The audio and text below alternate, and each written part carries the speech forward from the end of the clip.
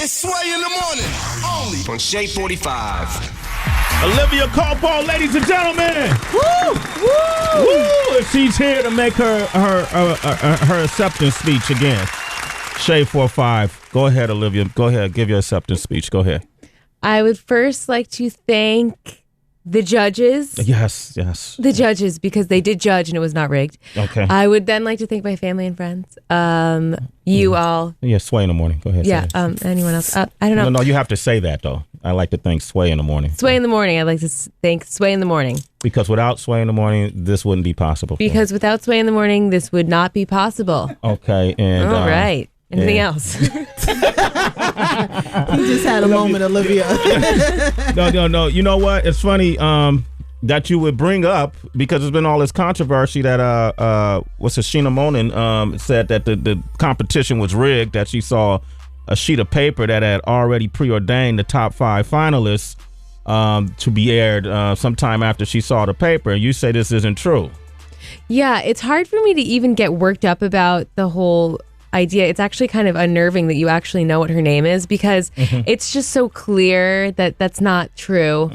But I mean, first her resignation speech was that she didn't agree with the transgender community entering the pageant community. She didn't agree with the Miss Universe organization's stance on that. So she was going to resign. And then the day after, it was that I actually saw a list of the top 5.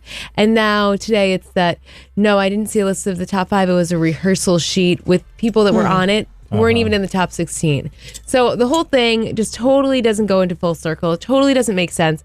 Absolutely isn't true, because the Miss Universe organization goes through a really long process of choosing and picking. And it's just kind of sad that she's trying to eat away at the integrity of an organization that gave her a lot of opportunity. I mean, she's getting these.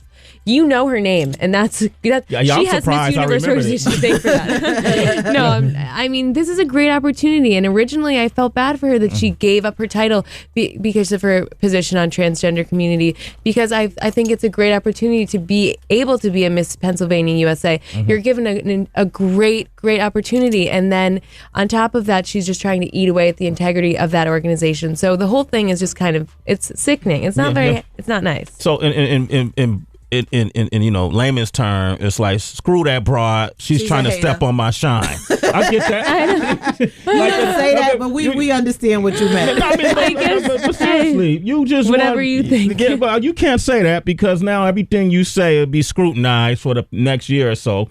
But it's unfortunate, because people shouldn't be talking about this chick. They should be talking about the fact that you won, right? And what's going to happen from this point forth.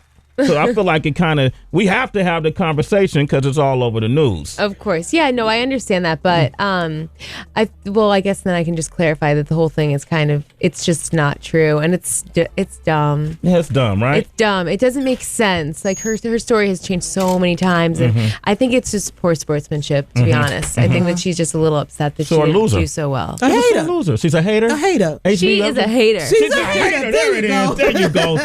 Call it like it is, Olivia. You are Miss USA, and that's all we should be talking about, right? What was the scariest part about that? Did you ever fear, like, when you had to walk across stage in those hills, that you might just trip and bust your ass? Does that go through your mind? Absolutely. That exact phrase went through my head. I can't say it now, but just kidding. No, I totally. And we don't practice on the stage in our gowns and in our shoes. That never happens. So we practice in rehearsal clothes. Just that day, we got an opportunity to practice in our evening gown, but I wasn't even chosen as a top 10 to practice in my evening gown. So that night, it was my first time in my dress with my shoes going down that path, and you could trip, you could step on your dress, you could a lot of things could happen. So it's a lot of pressure. It's hard to do it, but it works out. Some people fall, but you're only human. What happens happens.